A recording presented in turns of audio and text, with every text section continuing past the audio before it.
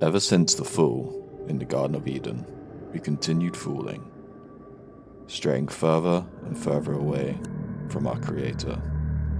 We've never stopped falling, and we're getting close to landing at the bottom of the pit now. We will fall into the greatest deceptions in all of history before the ultimate truth is revealed.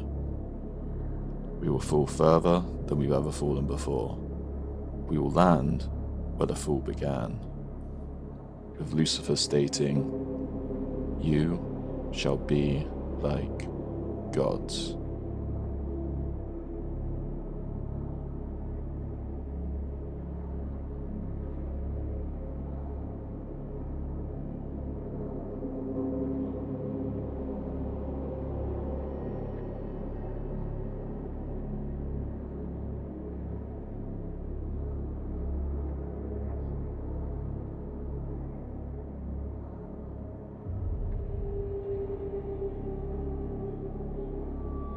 We are currently seeing an uptick in disclosures from things like aliens and UFOs,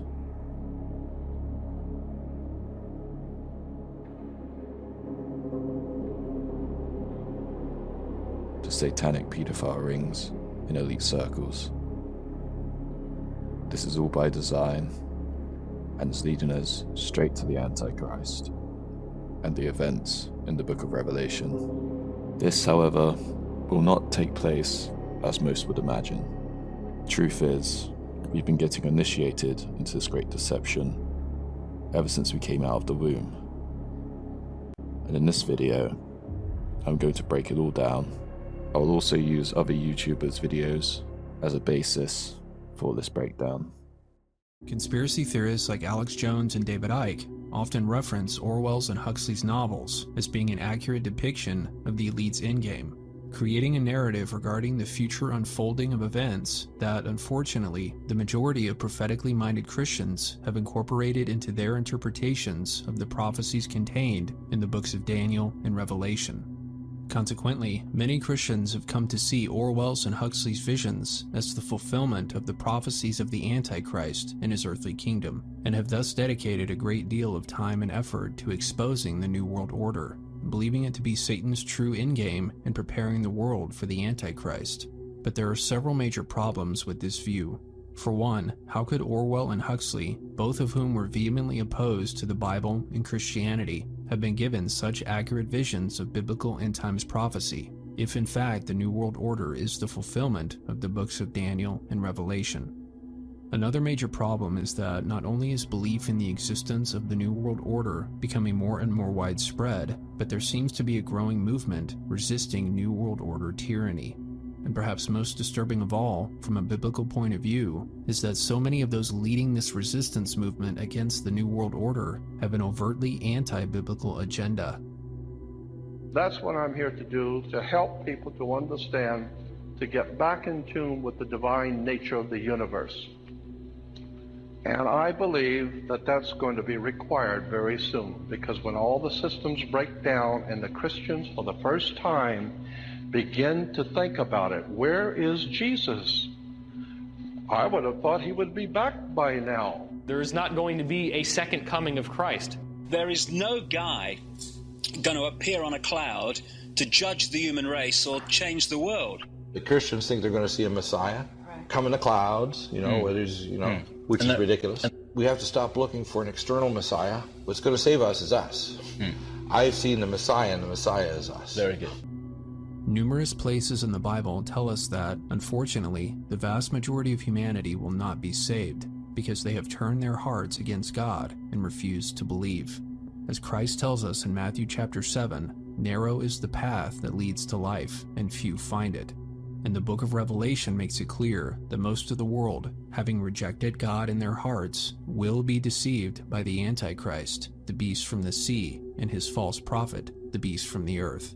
But if the vast majority of the world will be deceived by the Antichrist, then why are so many rebelling against the New World Order, if in fact it is where the true spirit of Antichrist is manifesting? And again, why are so many leaders of this growing rebellion movement opposed to the Bible and its vision of the future, believing it to be part of the very control system that enslaves us? While the concept of the false flag is easily understood within the physical realm, it never seems to be applied solely to the spirit realm. Though many believe the top New World Order elites are in direct communication with and ultimately working for some kind of spiritual or interdimensional beings, this narrative still includes human beings who are in full knowledge of what the spirits are ultimately planning.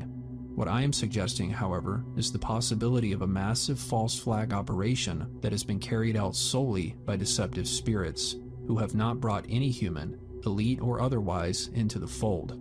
What if Satan and his angels have been secretly carrying out their own false flag operation from which the entire human race has been completely compartmentalized? What if for centuries Satan has been creating a massive problem or crisis, a dark, menacing prison planet, ruled by a secret group of elite bloodlines bent on controlling the world with the intention of eventually exposing it in order to engender a reaction from mankind, who will then demand that something be done about it, at which point Satan will offer the solution? What if the New World Order itself was the real false flag operation, and Satan was now exposing it in order to paint the God of the Bible as the ultimate enemy of mankind, in order to justify an entirely different kind of war over the minds and souls of the human race? What is that where they announce world government in hundreds of newspapers, but then if you talk about it, the Southern Poverty Law Center and ADL say you must be a terrorist? I mean, this is propaganda I would design, David, to wake people up against me. The New World Order itself is the problem, which Satan created and is now exposing in order to force a reaction from humanity, who will then demand that something be done about it. The revelation or disclosure of the great secret, the satanic lie that man is God, the great secret that has been hidden from us by the Illuminati and their Archon masters.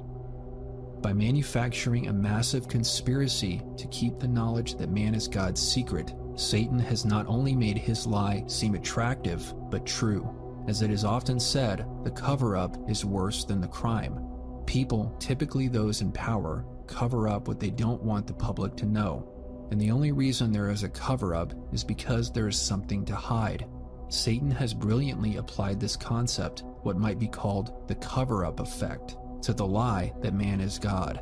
For nothing will convince humanity more that it truly is God than the shocking revelation that a global conspiracy has been suppressing this knowledge for centuries.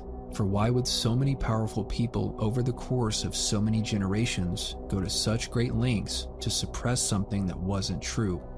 Once the great secret of man's divinity has finally been revealed, mankind will then be able to awaken to the truth and escape the global prison created by the Archons. Therefore, the true satanic agenda preparing the world for the arrival of the biblical Antichrist is not a global prison, but a global prison break. It is not the Matrix, but the escape from the Matrix. In order to escape the Matrix, humanity must first believe it is living in a Matrix. This is the purpose of the Matrix disclosure, to convince mankind of three beliefs. First, that the New World Order or control matrix is real. Second, that our reality is an illusion or dream from which we must awaken, a view which is increasingly being embraced by mainstream scientists, philosophers, and technological innovators. And thirdly, that each of us is an eternal being, an individual expression of the universal God consciousness. Once mankind accepts these three beliefs, it will awaken from the dream world or the great illusion, destroy the Matrix, overthrow its architects, and usher in a false golden age on the earth. The stage will then be set for the arrival of the biblical Antichrist, who will present himself not as a political leader thirsty for power, but as a spiritual teacher eager to serve mankind and lead it into a more peaceful, democratic, and enlightened future, free from all the evil, corruption, and darkness of the old world. He will not be the tyrannical head of the New World Order, but mankind's savior from it, like Neo in The Matrix or Luke Skywalker in the original Star Wars trilogy, a concept which perfectly coincides with the Gnostic belief in the serpent being man's liberator from the Garden of Eden, the original Matrix. I know you're out there. I can feel you now. I know that you're afraid. You're afraid of us. You're afraid of change. I don't know the future. I didn't come here to tell you how this is going to end. I came here to tell you how it's going to begin. I'm going to hang up this phone, and then I'm going to show these people what you don't want them to see. I'm going to show them a world without you.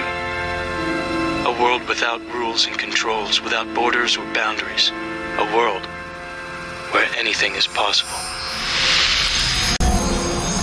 Where we go from there is a choice I leave to you. So this is in the very end of the movie here, when he's basically telling the Matrix, I am now going to show them a world where there is no rules, there is no boundaries, where anything is possible. And I'm going to show them a world without you. So, who is claiming to be God? And who wants to show us a world with no rules, with no laws, and no boundaries? And this is the protagonist of the story. So what they do is every single person that has no idea what they're doing, and you were to ask who's the good guy and who's the bad guy in this movie, they would all be like, oh, we want Neo to win. So they trick you into psychologically wanting that character to win, and therefore they're playing with your allegiance.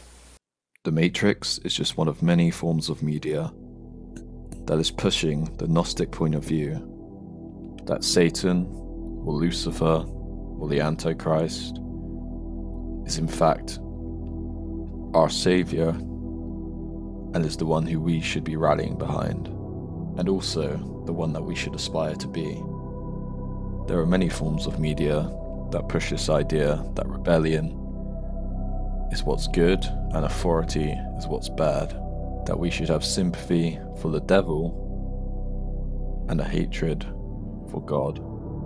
Even non-big movies or shows or songs generally push the idea that rebellion is something cool and something we should want to be like, and that authority is evil and restrictive, and we should want to rebel against it. All of these things within our media and entertainment are subconsciously programming us to perceive what is good and what is bad. We are being programmed to perceive things in an inverted way. I'm not sure that this is deliberate on the writer's part, but it is well known that a lot of these writers do in fact channel their ideas. A lot of them in fact say that they don't believe their ideas actually came from them, but came from something that they were channeling whilst they were writing. Hollywood is ultimately Satan's playground. It's what I would call the devil's Bible. Good evening, godless sodomites. Thank you to Satan for giving me inspiration on how to play this role. I'm very honored to be able to receive this amazing award from the depths of my soul. I'm bringing the truth, John. We're in Hollywood, the belly of the beast. On behalf of Amy, I'd like to thank the devil. I want you to know that no one had less to do with this award than Jesus. Kneel before your God, Babylon! Suck it, Jesus! This award is my God now! That was Satanism. It's working really well. I made a pact. The movie came out so well. And this is how he has been programming us subconsciously to hate God, to hate Christ, to hate Christianity, but to love him and everything he represents. We are being programmed to love rebellion and to ultimately love the way of Satan and hate the way of Christ and the way of God. Making me the highest paid megalomaniacal boy king in all of Babylon! You see, if you go and visit the very home of the Oscars, where they hold it each year, you can see a plaque on the wall that says the Babylonian Court. The camera shows you the stage and you see an unmistakable Tower of Babel embedded into the design. Outside of the Kodak Theater, you have the gate to Ishtar, and you have Babylonian gods put on the outside of the gate. They have the exact elephants. They have the same exact gate of Ishtar. They have the same exact Babylonian gods over the top of the gates. When you get this little golden statue, you become a star. In the Egyptian culture, they also had a little statue that represented the god Ptah. And see, when an Egyptian king died, it was believed that his spirit went into the belt of Orion, and he then became a star. Up until 1999, the Oscars was held at a building called The Shrine, which was founded by William Florence and Walter Fleming, two high-ranking Scottish Rite Freemasons. Hollywood has long been interested in Freemasonry. Gene Autry, John Wayne, Nat King Cole, Duke Ellington, C.C. DeMille, Clark Gable, Walt Disney, Oliver Harding, you name it, the list goes on. Many celebrities have come out and admitted their connection to Freemasonry. You can see the checkered floor, you can see the archways, you can see the sun motif in the background. All of these are letting you know exactly who owns this organization.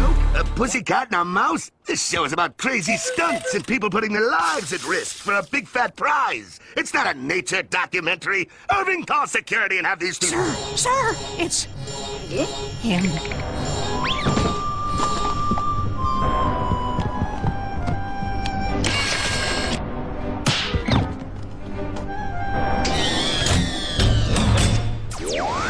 This always gives me the creeps, sir. He's the president of Hollywood. He's supposed to give you the creeps.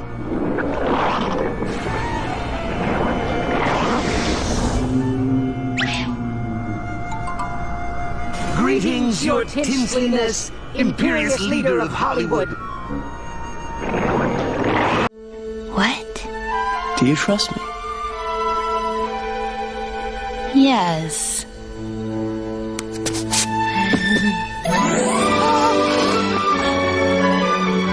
I can show you the world, shining, shimmering, splendid. Tell me, princess, now when did you last let your heart decide? I can open your eyes. Interesting. A thief saying the words, "I can open your eyes," kind of reminds me when the devil tempted Eve in the Garden of Eden with almost the same words. A whole new world, a new fantastic point of view. No one to tell us no or where to go. The idea of having a place where you can do whatever your heart desires and no one will tell you no is what brought the sin problem to our planet in the first place. Place I never knew. There's time to spare. Let me share this whole new world with you. A whole new world. That's where we'll be.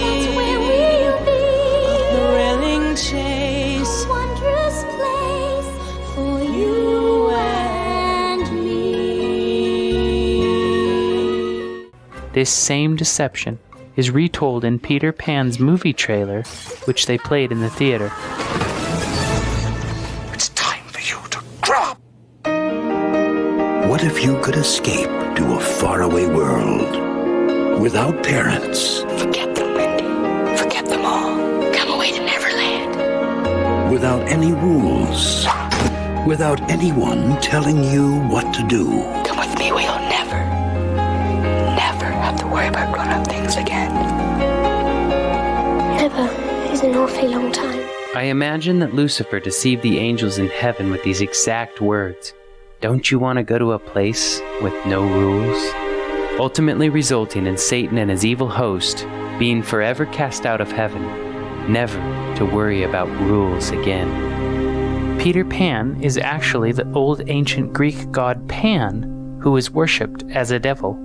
This is where we get the idea from that Satan has goat hooves and horns. This devil has made numerous appearances in children's movies such as the 1940s version of Fantasia. He was Hercules' sidekick. He made an appearance as Mr. Tumnus in the Chronicles of Narnia. He even shows up in adult cartoons such as Family Guy. This depiction of Peter Pan playing the panpipes gives his identity away. So if Pan is a devil, it starts to make sense why there is a theme of no rules and no laws. We see the trope often of some kind of a handsome man showing up and tempting a female character with adventure and seeing a wider universe. One such show is Doctor Who, where he often tempts female companions by promising them adventures through space and time, getting them to ditch their ordinary, boring lives and instead embrace his life. Right then, I'll be off. Unless, I don't know, you could come with me. This box isn't just a London Opry, you know, it goes anywhere in the universe, free of charge. Don't. He's an alien, he's a thing. He's not invited. What do you think? You could stay here, fill your life with work and food and sleep, or you could go, anywhere. You might fancy a trip. What, into space? But I can't. I've got exams. I've got things to do. I have to go into town first thing and pay the rent. I've got my family going mad. If it helps, I can travel in time as well. Get out of here. I can. Come on now, that is going too far. Are you from another planet? Yeah. Okay. So what do you think? What? Other planets, want to check some out? What does that mean? It means, well, it means come with me. Where? Wherever you like. There's even some apple symbology in there.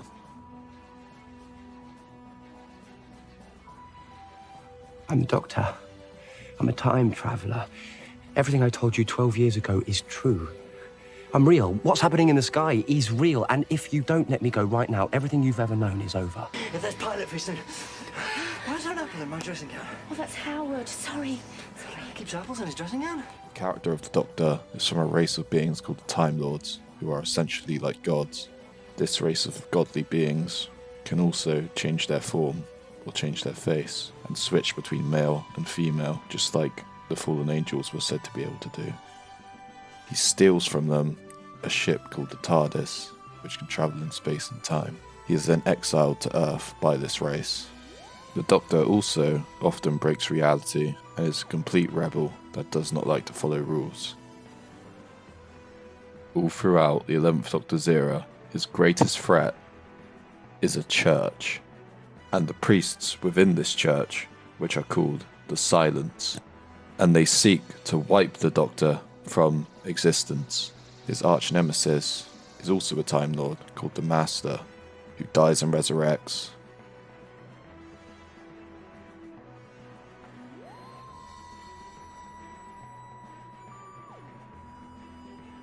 And wants to bring his kingdom to Earth, and also creates a place called Paradise for dead humans to dwell in. Alongside this, he also raises the dead more than once. Do you think he changed them in their graves? I'm sorry. Not your fault.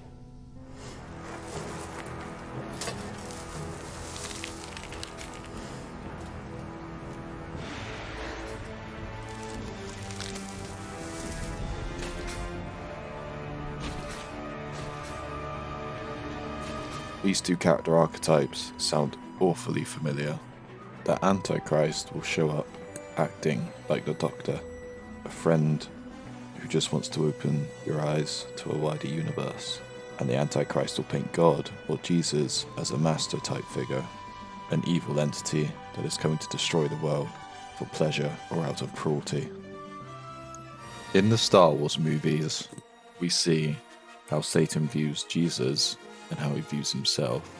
Anakin Skywalker is an inverted version of Jesus Christ, and Luke Skywalker is an inverted version of Satan, or at least it's how Satan sees himself, and it's what I'd imagine the Antichrist's role to be. A leader of a rebellion against an opposing force or an authority. There are few villains in the Star Wars universe more menacing than Darth Vader.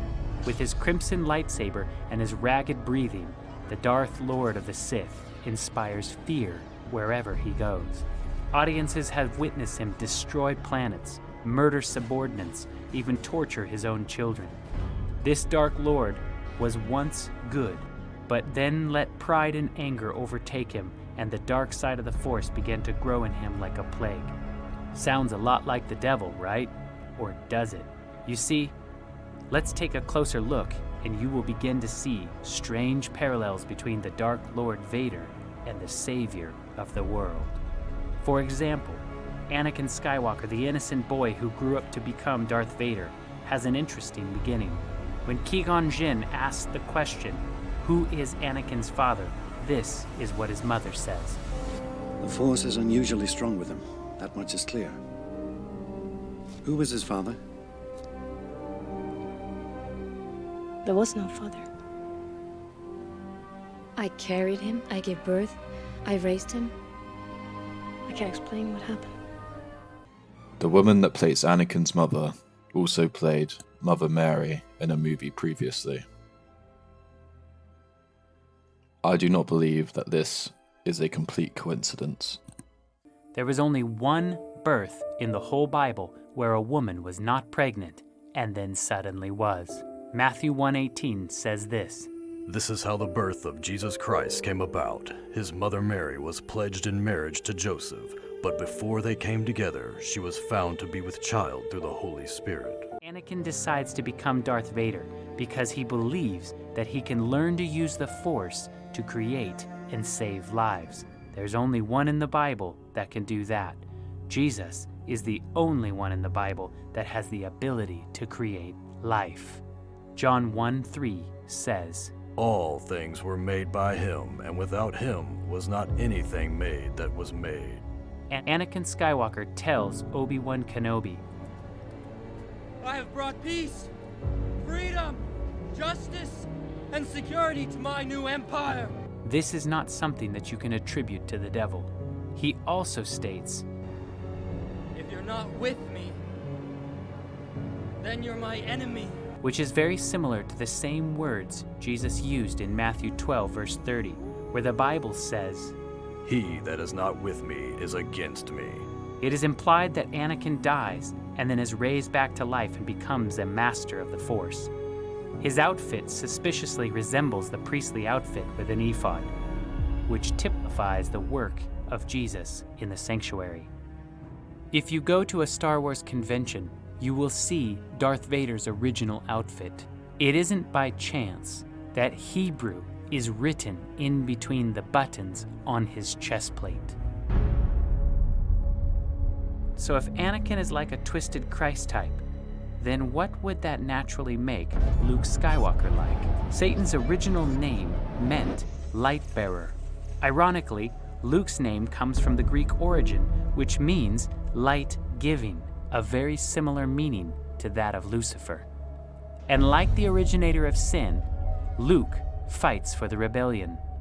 The Bible says in 1 Samuel 15:23 that Rebellion is as the sin of witchcraft. Satan's whole purpose is to rebel against the order of God. It's interesting that the Republic is depicted as the orderly empire, one where the stormtroopers have pure white suits. Remember, God is a God of order. Have you ever noticed how in other religions, like Hinduism for example, the gods are presented as blue? Have you also noticed how in many movies in Hollywood, there are many main characters that are blue, and they all have very similar characteristics, even though they are made by different creators? There is a very good reason behind this design choice. A revival of evil, and there was this art teacher, and he gave up on God, he cussed out God and started worshiping Satan, and he said, Satan, I want you to show me what you look like, because I want to paint you, and I want to look at that thing as a visual of who I worship so that it would give me more faith.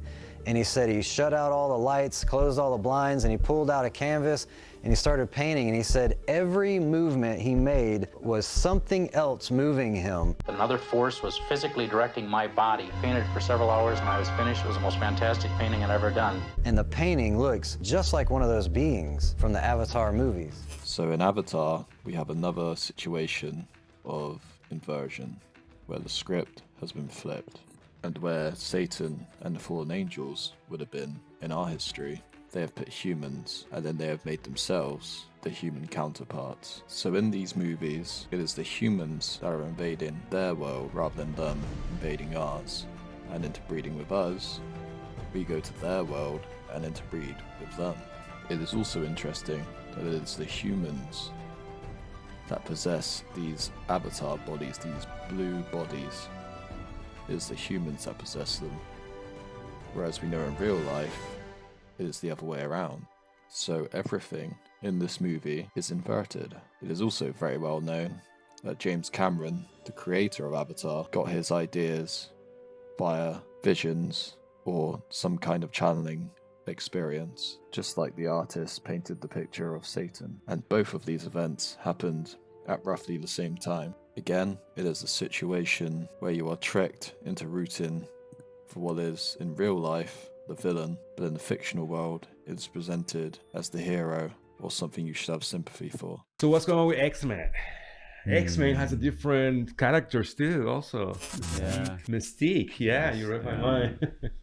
Mystique, blue character. I remember on their side, which is the good guys, was the Beast, and yeah, there was dude. You know what I mean? Like, we got then with the tail crawler, yeah. So, you know, once again, they're saying that these are the good guys. You know, these are mutants that look like demons. And the bad guy in the movie Apocalypse says, I've been called Yahweh. The one that can read your mind. And he's coming with the 4 horsemen. Yeah. Magneto. Everybody is, if I am lifted up, everybody is drawn to me, right? Magneto. Like, I mean, there's like so many parallels in there. That one. That's, I believe, you know, that's like a description of God. And but they flipped it, like he was the one who went rogue and you know, went away from the other guys. But ultimately, there are thousands of movies just like this. This Gnostic point of view has been pushed in almost everything I used to love, and it is all in preparation for the arrival of the Antichrist, so that we will rally behind this Antichrist figure, or perhaps even Lucifer himself, to take down our evil tyrannical governments and eventually go to war with God. It is hard to say how this Antichrist figure will show up, but in the book of Revelation, the Antichrist isn't alone. There are also fallen angels on earth when Jesus comes back, which aligns well with other prophecies of the old gods coming back and ushering in a golden age. This, however, will be a false golden age and will ultimately lead to our downfall. Alongside the disclosure of the New World Order, we also have UFO sightings ramping up. There will definitely be a disclosure. It's just a matter how nuanced and complicated and deceiving that it's going to be. So they have to create a scenario where they can create a plausible cover story and disguise for where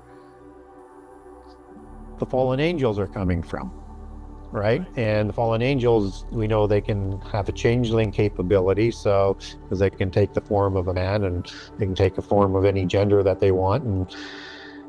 But that's not the whole sort of group of aliens that we need to be concerned with, I think. They're part of it, and they could certainly represent a number of different kinds, but that presents a plausible technological answer to the age that we're in as to where they come from. Now, if you have giants that have survived, right, whether or not they're seen as the white elves in the Lord of the Rings or the Tuatha De Danann, which is the same sort of representation, whether they're not fully as, they show up as large as the ancient ones or not, there's going to be probably creatures like them that show up in the end time, and they need to be sort of fitting into this universal sort of Babylon, as in that science fiction show about Babylon and the aliens, and there's going to be this galactic table of these aliens that we're going to be asked to have a chair at the table at, but we're going to have to fight for it. So where do these other sort of aliens might come from? I think it's the creations of the fallen angels, like on that sort of understanding of the greater Nephilim concept. So you have the little people, right? You have, so like the gray aliens, well, where would they fit in? Well, they're identical in descriptions to the gray gnomes who look after genealogies and technology for the demigods and have flying machines that come through portals, fairy shays, fairy mounds, just like aliens do. And they kidnap people and they do sexual experimentations on them. They send them back without memories, and they're trying to renew their genome and the ability to be able to reproduce. And there's three groups of the little people. Like there's ones that make the weapons, like as in the Lord of the Rings, you have the dwarves that lived in the earth and make the weapons for. And you have, good-looking ones, and you have mischievous ones like the leprechauns. You also have another group, that's the fourth group, that's called the salamanders, which is a reptilian group, which are larger than the little people. And then you have what happened to the Nakash. Did they save any of those serpents that were walking, talking, intelligent beings before all of that was taken away for deceiving Eve? And did they take them off-world or in another dimension through a portal or whatever? So I think we need to understand that they created a lot of different creatures before the flood, probably recreated a number of those after the flood, and they're going to show up as being advanced beings that are in like Star Wars. I think it was Babylon 5 was that show that I was talking about, yes, right? I used to And that watch good it all versus the time. evil aspect. There were the of shadows, dualism. Yeah, and the it's like Valerians or something. The ones in the encounters. They were like the angels as we would know them. Yes, right? And it was this dualism fight between the same dualism, light versus dark, yin and yang. It's the same story over and over again. Yeah, and in the Star Wars version, this is the war that they want humankind to fight for, to win freedom away from the dark force of the world, or what's allegorized in Doctor Strange, where they're fighting the Dark Lord of the universe, and they want to win the Earth as that separate realm to be away from that Dark Lord, and they need to fight a battle to win that. And so they need to be able to make this case that we're one amongst many that are fighting the evil God of the Bible. Oh yeah, I've heard that theory before. Yeah, which is actually pretty common in like layman occultists. That. So roll that forward to these beings released in Revelation 9, sometime before the midpoint of the last 7 years. And you have the worst of the demons coming out from the sides of the abyss, and then you have the fallen angels that were the worst of the fallen angels and the impassioned ones that are coming out. And then you have them uniting with all the angels that weren't in the abyss. And you're going to have this war in heaven that's described in Revelation 12 and Daniel 8. And some of those starry hosts from the loyal angels are actually going to be thrown to the earth and trampled on, as the Daniel account provides for us. Yeah, that's been the big debate in the non-Christian sort of New Age panspermia kind of community. The alien community is that like there are the Pleiadians, the good aliens, and then there are the Greys, or the ones from what is it? There's some sort of draconic star that so they've already laid the groundwork. But as Nick and I attest, all aliens are demons. That's right. There are no right. Yeah. Who cares? They're all going to be but they've laid that masquerading groundwork already. That there's going to be some sort of cosmic battle over the soul and fate of humanity. And, it's just like whatever. No, it's not. It's not gonna. It's not. If you're telling me it's aliens, I'm not buying it. I'm out. Yeah, I'm out. Yeah, I'm out. Yeah, exactly. So once again, we have Hollywood injecting these ideas into our heads about aliens coming to planet Earth, and in most cases, they appear as our saviors, but then in other cases, they show up as invaders. So if something like aliens were to show up now, and they weren't evil or trying to invade us, people would lovingly accept them. Except the problem is, these are not aliens. Just like we are creations of God, a lot of these aliens are creations of Satan, and many are also, most likely, fallen angels themselves. Jesus said before his second coming, it will be just like the days of Noah, before the flood and after the flood. The Antichrist will come in like some sort of a superhero, and save us from the evil outside of ourselves, whereas Jesus Christ saves us from the evil within. The Antichrist will free us from the evil outside of ourselves, but not from the evil inside of ourselves. And this is where it will all go wrong. We will have access to power we should not have access to, and this will lead us straight back to the days of Noah, where we had fallen angels walking amongst us, and magical powers and hedonistic lifestyle, when the whole earth became corrupted. Not just humanity, but the animals and the entire planet was spiritually and physically unbalanced due to the amount of power we had. But we also still had our sinful nature alongside that power, which is exactly what's going to happen again. This will be the final great deception. Satan wants to drag as many down with him as he can, so he'll make the road that leads to hell seem like heaven. And ultimately, this will end with the majority of humanity going to war with our Creator, because when Jesus does ultimately return, everyone will be convinced that it is a demon or Satan or some hostile alien force that's come back to finish the job. There's a good reason why Christianity is mocked in Hollywood and other forms of entertainment, whilst things like Hinduism, Buddhism, and Gnosticism are pushed heavily. These religions in particular tell you you can become your own god and don't need the Creator. Or they take it a step further and either say the Creator doesn't exist, or that he is pure evil, that you need to disconnect from him. What is ultimately happening when you do these things, you are disconnecting yourself from the Creator and putting yourself right into Satan's hands. And that is exactly what he wants. Many people will always ask, which religion is the true one? And to that I'd say, the true one is probably the one that everybody hates. For in the final days it is said that everyone will hate the truth, so much so that people will be killed for it. If you've watched up to this far and don't yet realize the truth, then one day you will, in the not too distant future.